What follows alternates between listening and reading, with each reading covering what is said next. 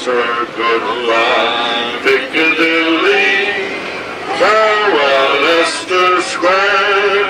Oh, it's a long, long way to Tipperary, and my heart lies there. I can't believe they're singing at this hour of the morning.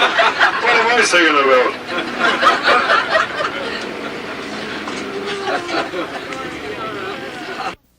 What a wonderful way to start the morning. Yes, and you know one thing nice about our trips, Marv, especially this one, we didn't leave until 9 o'clock in the morning, so there was no rush to go anywhere. Really, really nice. Well, it meant we could stay in the pubs a little bit longer. Speak for yourself. Right, well, here we are at Tipperary Crystal. Now, we were going to go to Waterford Crystal, which of course probably everybody knows about, but they were on strike. And Betty, it's interesting, you said that the people that started this Tipperary Crystal were actually workers who had been with Waterford, right?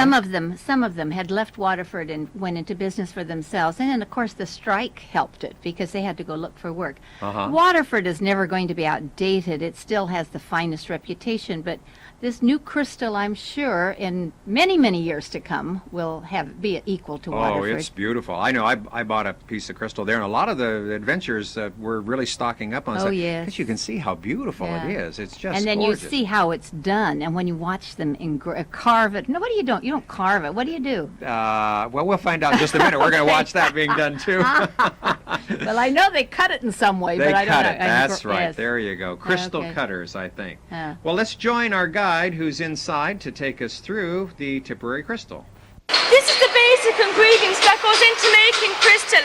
It consists of silica sand, potassium carbonate, and 33% red lead. That's the orangey stuff you can see in there. We import our lead from Belgium, so it's imported lead. Basically what happens is a certain percent of this ingredient here is melted down in the furnaces there behind you. It's melted down at degrees of 1400 Celsius for roughly about 36 hours. After that, a molten crystal is formed. That's the orangey stuff you'll be able to see the lads working with in a minute. It looks like a liquid, it's orange stuff in colour. So basically what happens is we use moulds to shape our glass. If we were blowing honey jars, we'd have a mould specially for honey jars. If we were blowing 10-ounce tumblers, which they are, they'll use a mould specially for 10-ounce tumblers, etc. So we'd have a mould for all the different type of glasses that we blow here in the factory. So basically what happens is the molten crystal is collected from the furnace, placed in the mould on the ground. That actually forms the shape of the glass. By blowing to the blown iron, we form the volume of the glass in here. After that, it's knocked off, placed in the kilns over there overnight, and it actually goes hard slowly. How it works is, if they were making stemware, they work in a team of 4s. We'd have 2 bowl blowers, a stemmer, and a master blower. So there's a bowl of molten crystal collected from the furnace, handed to the master blower. The master blower collects a larger amount and blows the top of the sherry glass, for example. Then we have the stemmer. The stemmer collects a bowl of molten crystal from the furnace, joins the stem and the top part of the glass. That's how stemware is made. While if they were just making something like a honey jar or a 10-ounce tumbler, they work in a team of 2s, a bowl collector and a master blower. Collect a ball of molten crystal from the furnace, place it in the mould and just blow the tumbler. That's how it actually works. That's basically all that happens. I'll be standing over here, and if you have any questions, just come over and ask me. But I always think that this is very exciting to watch the glassworks, the blowers, and then as you see here, the cutters as well. I think it's exciting to watch it, but I sure I'd hate to have that job of doing it. Well, you know what? It surprised me. Look at there. You see there, he's cutting right there. I'm surprised that he wasn't wearing safety glasses or safety goggles. Do you realize that sometimes after they get this far with it, they still have to discard it because of seconds? They'll find a flaw somewhere along the line. How frustrating that would be. I think that would be frustrating, especially with how much work, Now you can see, at least I can see, why this stuff is as expensive as it is. Yes, and they don't have such a thing as seconds. When they have a flaw, they are discarded. Yeah, There's no, and usually broken, they'll break actually. it and then throw it back into the furnace. Remelted. I think this fella here is then polishing the crystal so that it has that beautiful, beautiful clearness to it.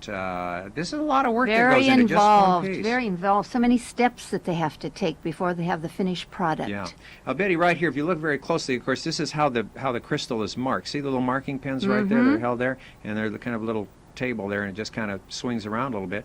And I think the cutter follows those little marks that are It put on there. isn't by happenstance. It's Not it's at a all. very planned pattern. Yes. Yes, I think we're going to hear a lot about Tipperary Crystal in the future. It looks like they've got some good customers there anyway, some noted ones. Is that why you bought some, Marv, to be among the notables? No, buying? I just wanted a souvenir from County Tipperary. That's why. All right. I thought maybe you were going to be a collector. No, fortunately I've collected enough Waterford in my life. But look here, they're expanding the size of that. Now that company's only a couple of years old, and they've already won some international awards. And I guess they're doing a very good business because they're doubling the size of the plant. Well, you can get another piece when we go back there next June. Yes, in fact, that's a what we... piece. Did you notice yes. I didn't say collect? No, It's no, just no. a piece. That's all I'll be able to afford, probably. Okay. But And Marv, I would like to tell our viewers that we are going to do this exact same trip on July 11th of this year. Isn't that exciting? that is Yes, exciting. I and- tell you, I can hardly wait. And for all of you that are watching and thinking, oh, this looks like a great trip, give me a ring so I can put you down and you can be one of those lucky people going to Ireland in July. That's right, Betty. As you say, we're only going to take about 25 on this trip, and it's filling up fast, so you Yes. better give Betty a call right So away. give me a ring. I'd love to have you come along with us, and my number is 488-7443. This was just one of the many little villages that we went through, and of course we wanted you to see the beautiful countryside, and it is so beautiful. So Dungarvan is a very, very popular place for sea fishing. We actually catch shark just off of Dungarvan here. Blue shark.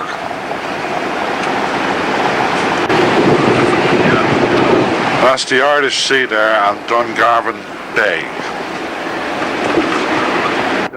You know, Marv, it's really not too early for any of our viewers out there, if they're interested in going with us, to send in their deposit so I can hold a place for them. That's right, Betty, because if you're only going to take 25, That's right. that's going to go fast. How much of a deposit would people need? $200 would hold a place for them. Good. Okay, Sure. so they can send that to Betty Gerardin at Adventures Travel Club, 1550 North Fresno Street, Fresno 93703. And we'll make sure that they They the get a deposit's place. there, and they get a place on And our you will- wonderful coach. You won't miss out on anything that way. I'd hate to have you miss it. It's fun. Oh, it really is. This was just one of the special trips I think that we. Oh, we say had. that about all of them, I know, actually, because that's each true. one does become special. It's just with the people that you travel with and the things that you see, they're all really special. They are special. Betty, I want you to take a look at this next sign. It says, look for loose chippings, and that is gravel, isn't it? That's I mean, right. It has yeah. nothing to do with wood chips, as we would think. That's true. What a great place this is, Monsignor. Isn't it my fun to goodness be me. here? Tell us where we are. Well, we're outside. We're in the middle of County Waterford, out in the country between two towns. We just left Dungarvan. We're going on to Waterford, and this place is on the road, and it's just a one house with a thatched roof and kind of pub grub. In fact, it got the prize, I think, in All Ireland this year for the outstanding pub and grub. And I talked to the owner. He was here this afternoon, and he was telling me that this place was about to be destroyed. Yeah. So he bought it in 1977, and he restored it. He bought it for £17,500, but now it's just worth a fortune for him. But where the musicians are playing right now, that was the farmhouse. That was where they had all the cattle, actually, the barnyard, I should say. And it's just exciting, isn't it? yes. It's called the Shanachie. And the Shanachie is a name for the old Irish storytellers, the people who had a great knack for being able to tell the story in word and rhyme. And I suppose there's many stories. I think that's probably what you are, Shanachie, because you can surely tell us all these wonderful Irish stories. We've been having such a wonderful time. Oh, it's beautiful. And I think the whole group enjoyed this. They got a close-up look at that bowron with the drums, a special instrument native to Ireland, especially made. They played with their fingers sometimes, or a little stick to play the edges and the side of it. We got a little bit of everything, We got a didn't we? little on bit this of stop everything. right here. And this is what we'll do next year when we come. Please, God. Well, and Monsignor, and Channel 49, and everybody that's connected with it. And sunny days, you're so right. Beautiful. These people are going to be actually disappointed the next time they come back, because we have Miami and California weather here since we came. But you know, Monsignor, one day that we had the rain was sort of fun because sure. this is what you sort of expected, the mistiness and the chilliness. Well, I and think stuff. the Lord, after all we've been talking about the sun, He's going to make us experience a day before we go back. I hope so. That would be fine. That'll be fine because we have all the material for it. The we'd love raincoats, it. the umbrellas. Yes, We're yes. prepared. I haven't got to use my long sleeve shirt yet. Well, let's hope we don't need the long sleeve shirt, but maybe the umbrella would be fine. Well, this Shanachie is really an interesting place, and I like this little, the other rooms that we're taking a look at too. You said there was a story about this harp, Betty? Yeah. I always got to go back a little bit because you could sure tell I was having a good time with Monsignor. Huh? Right. Yes, this harp that's over in the corner. Well, did we pass it already? But it was found in an old shed, and it was bought for £5, and then it was restored for like £5,000. But it is Whoa. a genuine, true Irish harp. They're burning peat or the sod right there. You can see in the fireplace as well. Even though it was warm, in the room itself could have used a little bit Well, of heat. you see those walls are so thick, and I imagine they probably stay pretty cold, especially when it gets cold. Yeah. Now they have dinner there in the evenings, and they also serve luncheons in that area that we just were going through. And this was interesting because while we were there, the thatchers were there actually thatching this roof on this little pub. And this was really, to me, very, very interesting to watch because they say that this is almost a lost art. There aren't that many people that do thatching today. It's incredible to me that they can take a lot of reeds like that, put them on a roof, and that protects them from all of the elements. It looks like they would get soggy, and then, my God, the whole thing would drop in the house. Well, there must be something underneath that. I don't know what, but it was really interesting to watch these fellows work because they seemed to know what they were doing. And evidently there aren't that many thatchers around. I wonder if it's, the old way, like somebody's, you study with a master. You're an apprentice and then you Oh, work up come that way. on, not for thatching a roof. I think Why if I not? looked at it real carefully, I might... No, that's crazy. Well, You wouldn't want to live in my house, would you? No, you were just telling me a little while ago that your roof needs some new shingles. So now maybe you can go out, Put get some- some straw or get some reeds. And I go think up not. I think not. By the way, these musicians, Musicians? musicians, thank you very much. These are part of the family here. They're not just there for our entertainment. Well, they entertained us, but they work here. They are a working family. Oh, so they're just playing more for their Just own for- entertainment and the people that happen Yes, to show up. that's right. like And if we you're did. there, that's great. But it was just everything was so wonderful. It just added to our enjoyment. It certainly did. Betty, I bought a book while I was over there of old Irish customs and superstitions. Now I'm going to ask you a couple of these, see if you know. To see 3 magpies on the left hand when on a journey is unlucky, but 2 in the right hand, if you see them on your right hand, that's a good omen. Did you know that? Well, of course I know. Of course Oh, I okay. didn't know that. I mean, it doesn't even make sense. But go ahead. Give me well, another I didn't one. think so either, but Try here's another. one. If you hear the cuckoo on your right hand, you will have good luck all the year long. Well, I have you at my right hand all the time, and I've had such wonderful luck. I believe that superstition. Boy, I walked into that one, didn't I? You left yourself wide open. Okay, a water wagtail near the house means bad news. It's on its way to you. What's a water wagtail? It's one of those little. Have you ever seen those in the water? Like a pollywag? Oh, pollywag. What? A little water bug. Oh, okay. If the first lamb of the season is born black, it foretells mourning garments for the family within the year. Oh, how sad. Oh. It is a good omen to meet a white lamb early in the morning with sunlight on its face. So they're up early in the morning to see the sunlight on a lamb's Anyway, face in Ireland. Yeah, that's good luck. I think you better get your money back on the book. I think that we could make some better than that ourselves. Well, these seem to be quaint old Irish customs and superstitions. I love these old signs that he had here on the side of the pub here. Machine cut rashers. We should explain if you haven't heard us before. Rashers. Rashers are bacon, is bacon, Is bacon. And we thought that it needed to be cooked a little bit more to our liking, You right? said rasher or rashers? Rashers Are. Rashers are. Okay. Okay. And so I feel so sorry for St. Rune that we're going to smoke him. Well, the name of a cigarette.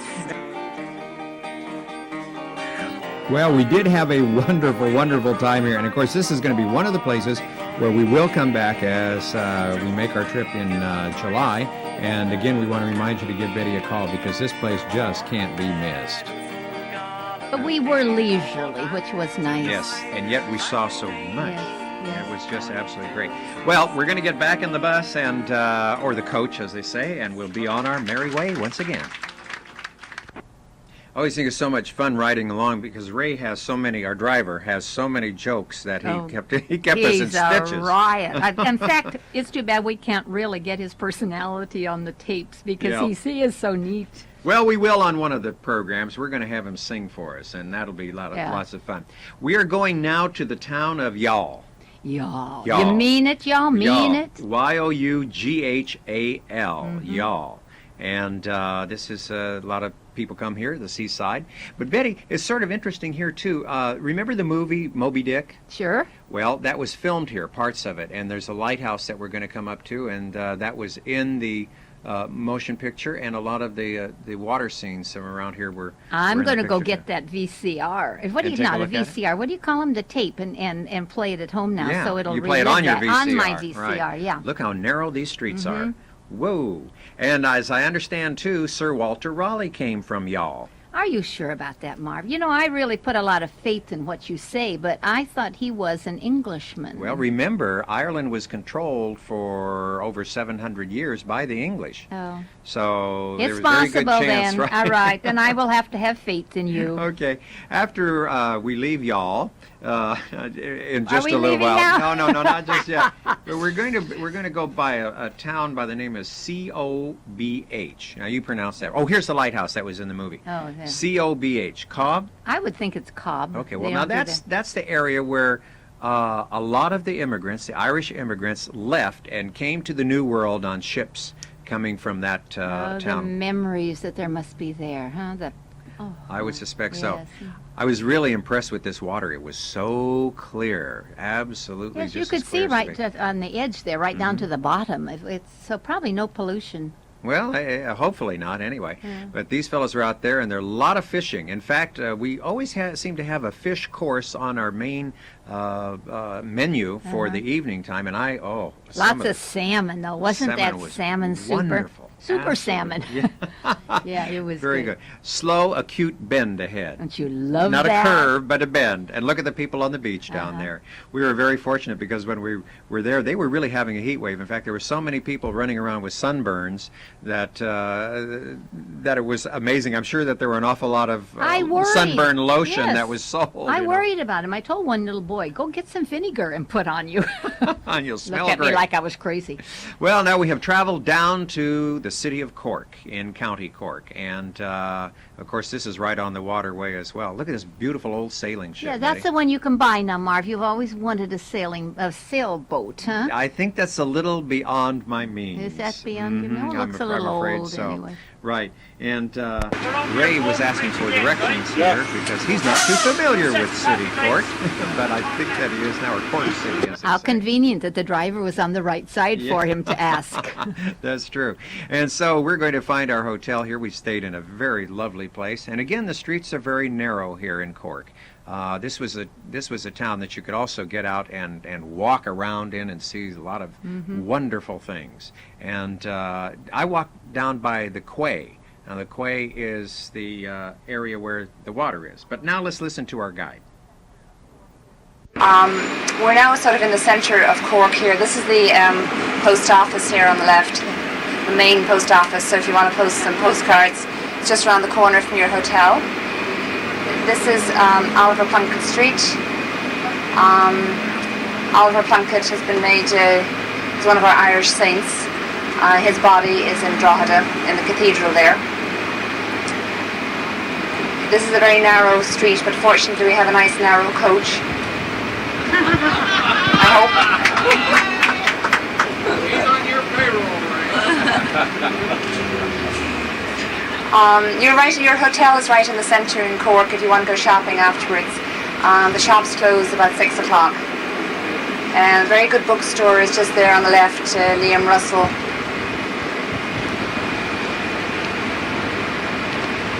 Which way do we go here? Left or right? Do you not know? No.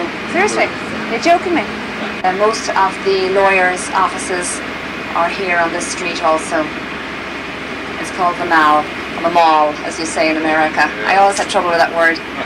You seriously don't know your way around Cork? Do you not know your way around Cork? You joking me? Where do you want me to go? Do you want me to go? Oh yeah, oh I don't mind. Yeah, go to Shandon, yeah. Yeah, that's fine. Oh, okay. No, you do anything you like. Building. It was built in 1722 and it's famous for its bells, the bells of Shandon. They were made very famous by an Irish priest called Father O'Mahony, Father Prout.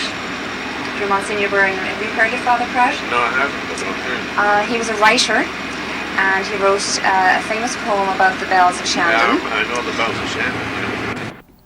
Betty, this tower was completed in 1750 and the building was built in 1722. Now this is a second building. Yeah. The first one was destroyed during the Williamite forces when they attacked Shandon Castle in 1690. Oh my! I want you That to goes way back, know, doesn't it? and I want you to know, as an aside, that I went all the way to the top of that tower. Well, that was a little That good was climb a up good there. climb. Yeah. Right there, they Did go. you play the bells? Yes, I played the bells. Did yeah, you? sure. And What- I'll go what miss tune did you play? anything. I want to try everything. There's a bellows up there too. I think that was probably for the area. And there's our driver Ray. He's playing the bells as well. Oh boy. Well, he's got it. Look at him. He's got enough strength there to I play think him he for does. everybody, doesn't he? But then the climb up from this to get up on top of the tower, you go right by the bells. And when I went up on my trip, it just happened to be the time that somebody started to play, and my God, I thought the top of my head was going to come off. This is the working for the clock that's there too, and the clock has been there for a goodly many of years, shall we say, centuries. And this site, though, out here is absolutely marvelous, Worth isn't it? the climb. Yes, it was It is. beautiful. Just In Irish, the word Cork means marsh. And you know, there are about 140,000 people living in Cork. You know, like Venice, this city is built on waterways, and Cork is sort of built on an island and surrounded by water. But you don't get that feeling when No. you're there like you do in Venice. But it's No, that's interesting true. to Yeah. know, isn't it? I didn't see any gondolas. No, no. But I often wondered what those people who lived around Shandon, the St. Anne's Church there, I mean, everybody goes up there and plays those bells. I mean, those people must be going out of their mind. I love the colors that the Irish use on a lot of their buildings. Look at these bright, brilliant colors. The Raging Red Hag. Now, isn't that a name for a pub? I Huh? should say so. I wonder who she was. I don't know. Maybe the owner's wife. I don't know. Hope she didn't hear me say that. Here's the old facade of the old Cork Library. It was there in 1700 and something. Now here we are. Again, we mentioned the waterways and the water that surrounds it, and there's the Lee River that runs also through the city of Cork. The tide again was out because I got up early in the morning. I wanted, you know, to get some shots early in the morning while there wasn't a lot of traffic around and while there weren't a lot of people around. And so at this hour, the tide was out. And so you get a kind of a nice view there. There's some beautiful municipal buildings there. And again, then these little alleyways, which Yeah. are so quaint. You know, Marv, I'm so glad you said that because it really looks like that's a facade of something that is not really a true picture of what was there. But it is- huh? it is a true because of picture. no cars, no traffic. Also, a true picture is a little bit of pollution there Yeah. in the water, but those were big fish. I'll tell you, I don't think I would have wanted to have Eat them? eaten those. Not after I looked at the You water. don't know what your fish eat that you Well, that's true enjoy. too. That's true too. But and look at there's palm trees there. Yeah. Now that was a little amazing to me that we saw palm trees in and around various areas there in Ireland. But there's a Gulf Stream that comes up and keeps those waters rather warm. But you know, we have dates wherever we go. Date palms. Not really. I wondered if you could catch on to Oh, I that was a little one. slow on that Little one. slow on A little the slow uptake, on that okay. one. That's true. All right. Oh, but the double-decker buses are also kind of Yeah. interesting too. And of course, you might have thought that you were in England there, but I regretted I didn't get to ride on one because they are fun. they are. They Uh-huh. are. But we had our own coach, which I thought was very nice. Now look, here's the old and the new. Yeah. You see the old beautiful building Awful, and the isn't new. it? I Yeah, don't well, like kind that of, but, contrast. You know, you have to figure that's anywhere in the world right now. That's happening. progress, I suppose. That's hmm? what they say. This was early morning again in the lobby of our hotel, as you can see by the American flag, and there's also the maple leaf there, the Canadian flag, and no one there because everybody or a few of us that were up at this hour, decided to go down and have our breakfast. Not me. Oh, now wait a minute, Wasn't Betty. one of them. I think you were. Was I? Did Yes, I really think get you up got early, up that huh? early. Ah. And if you look We must have closely in been just a leaving. minute, I think that you'll see that. Beautiful restaurant, and this was a lovely hotel. And as you stated a moment ago, see, there Oh, you are. yes. Oh, my gosh. What a surprise. See, you were up earlier than you thought. Anyway, our meals again, we had big, beautiful breakfasts in the morning, and this was just a standard fare that we had every morning. It was Eggs, wonderful. rasher of bacon. They had sausage. Right. Yeah. Well, let's continue with our tour with our guide. Good morning, everybody. Kate Mila Poilcha. Adia Smirga. Have you learned that yet? Or Dia Smirga, and you reply Agus Padraig. God and Mary be with you. That's our good morning, and then you reply and Patrick. And one time when I was in college, you had to learn Irish, and it was the bane of my life when I was young. It's a very difficult language, really, Gaelic. Marv, where did the word Blarney come from? Well, that's where we're headed to now this morning. And the word Blarney, the castle, Blarney Castle, was supposed to have been turned over from one person to another. And the guy kept procrastinating and giving a lot of soft talk. And finally, Queen Elizabeth said, "Blarney, Blarney, I'll hear no more of this Blarney." And the word took. That's a really honest-to-goodness story? That's the story. Okay. And in fact, we have another story that we'll find out about in just a little bit. I think there are several stories that are probably attributed, to Blarney Castle. And is probably the best known of all the Irish castles, and that word has really passed into the English language, as a noun, meaning smoothly flattering or cajoling talk. That's you. Really? Absolutely. Oh, that's good to hear. Absolutely. Okay, I'm going to take that as a compliment. I meant that as a compliment. Okay, very Okay. good. Well, our guide's going to give us another story here, and we don't know whether this is true or not, but how another little legend came about here, or the history of Blarney Castle. So let's give a listen now. And one story is that this castle was owned by the McCarthys, and they were a big family in this area. And the King Cormac McCarthy, who started this castle in 1446, he apparently rescued a young girl one day in the river nearby, and she turned out to be a witch. But she was very grateful for being rescued from being drowned. So she said, as a reward, she said, "I'm going to tell you," she said, "that in the castle where you're living, there's a stone, and if you kiss it, you will have the gift of eloquence." So that's one of the stories of how this tradition came about. And Betty, now we've finally arrived in this beautiful little village of Blarney. The castle we're going to visit, Blarney Castle, is typical of a round tower castle. There are many, many of them in Ireland. It's in ruins. The McCarthys lived here from 1446 up to well into the 17th century, but they were eventually, beaten out when, Cromwell and his people were put in place here. It's an L-shaped castle, and the architecture and everything is very, typical to the round towers. They had no bathrooms in those days, by the way. Okay, so everything apparently was just thrown out. Those are the windows and down the side of the castle. Well, I guess that happens when you don't have indoor plumbing. That's right. We don't have to worry about that when we go over there, though. No more. And on our next adventure, we're going to go inside Blarney Castle and kiss the Blarney Stone. And it's just about time for us to say goodbye, so we hope that you'll join us next time on the Adventures Travel Club. Goodbye. Bye-bye.